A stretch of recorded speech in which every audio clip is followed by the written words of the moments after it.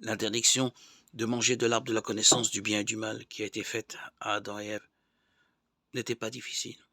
Genèse 2, 16, 17.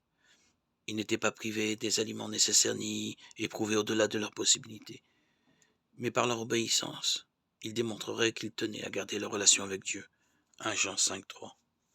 Il y a des gens qui pensent que les rapports charnels entre l'homme et la femme étaient le fruit défendu. Mais il n'en est rien car Dieu leur avait dit auparavant. Soyez féconds, multipliez, remplissez la terre. Genèse 1, 28. En leur ordonnant de ne pas manger le fruit d'un certain arbre, Dieu choisit simplement l'un des nombreux arbres fruitiers en Éden pour éprouver l'obéissance du premier couple.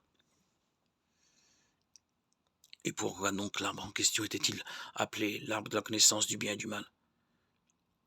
Par suite du commandement divin, son fruit était devenu le symbole du droit que possède Dieu de décider de ce qui est bien et de ce qui est mal pour ses créatures.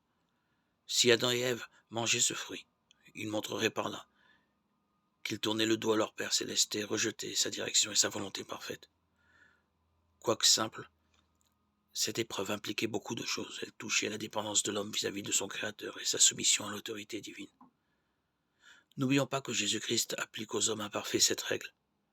Celui qui est fidèle dans ce qui est très peu est aussi fidèle pour beaucoup, et celui qui est injuste dans ce qui est très peu est aussi injuste pour beaucoup.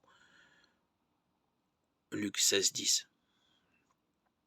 Cette règle s'appliquait d'autant plus à des créatures parfaites.